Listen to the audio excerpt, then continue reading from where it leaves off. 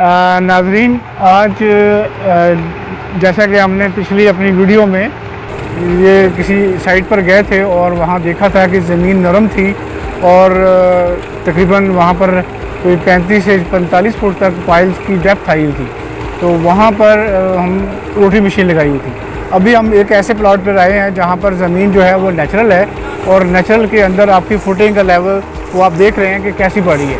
तो नेचुरल जब ज़मीन आ जाती है या जिसकी बेयरिंग कैपेसिटी तकरीबन 1 टन होती है या उससे ऊपर, तो उसके वक्त हम फुटिंग के अंदर उसकी चेंजेस लाते हुए उसके अंदर पाइल्स नहीं डालते और राफ्ट भी नहीं डालते, फिर हम स्ट्रिप डालते हैं।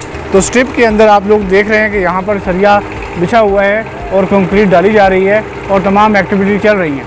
तो ये तकरीबन लोड के लिहाज से 3.5 फुट 4 फुट फुटिंग की डेप्थ चौड़ाई होती है। तो उसके अंदर सिंगल जाल होता है, तो ये हमारी स्ट्रिप फुटिंग होती है। तो इसकी डिटेल जो है वो मज़ीद अंदर जाके हम इसको करीब से देखेंगे।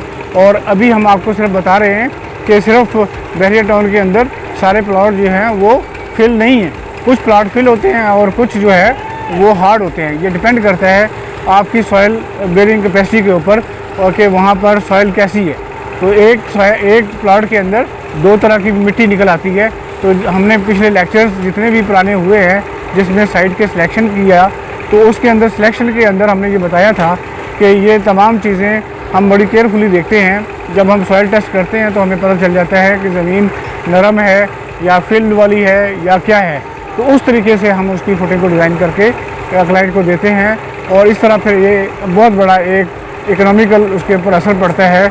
अगर हम बहुत ज़्यादा बग़ैर सॉइल टेस्ट के कोई काम करेंगे तो फिर हमारा वो मफरूज़े पे हो जाएगा और उसमें हमारे घर को नुकसान भी पहुंच सकता है। हमारी बिल्डिंग किसी तरह की भी हो, कमर्शियल हो, कोई भी हो, तो उसको नुकसान भी पहुंच सकता है। उसकी फुटिंग सेटल कर जाती है।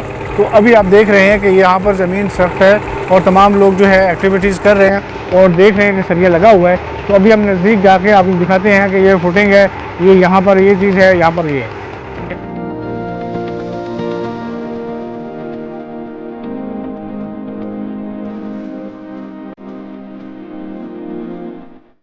जैसा कि हम अभी थोड़ी देर पहले जो है वो आपको इस प्लॉट का टॉप से व्यू दिखा रहे थे और सारी कंक्रीट वगैरह डाली हुई थी। अभी आप देख रहे हैं कि ये जो एक पट्टी सी भरी हुई है ये एक स्ट्रिप है, यहाँ पर एक स्ट्रिप है।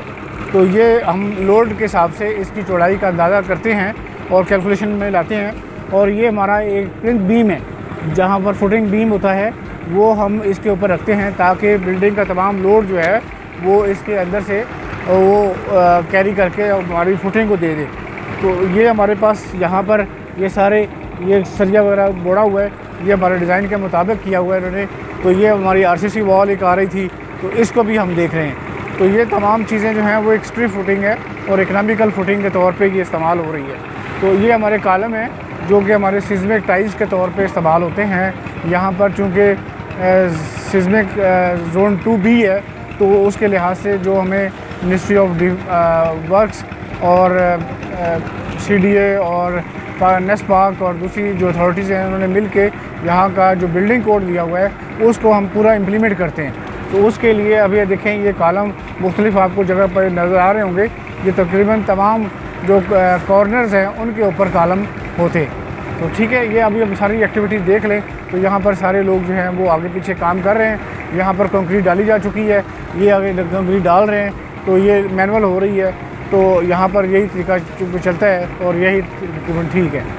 तो इसके बाद फिर हम आगे इस वीडियो के बाद फिर हम और किसी और साइट पे जाएंगे तो वहाँ पर उसकी एक्टिविटी देखेंगे। तो अगर नाजरीन को कोई भी किसी किस्म का कोई सवाल पूछना है, कोई बात भी करनी है, किसी चीज़ की समझ नहीं आ रही या फुटिंग को डिज़ाइन करने में कोई समझ नहीं आ रही, या कोई स्टूडेंट जो डिप्लोमा होल्डर है या BSc इंजीनियर है, कोई भी आदमी जो है अगर हमें पूछना चाहता है तो हमारे कमेंट्स बॉक्स में जाके वो हमसे पूछ सकता है। और अगर आपको वीडियो वगैरह अच्छी लगे तो फिर आप शेयर कर दें। वो अदरवाइज़ ये आपके लिए एक टेक्निकल नॉलेज के तौर पे हम इस्तेमाल करें। Thank you.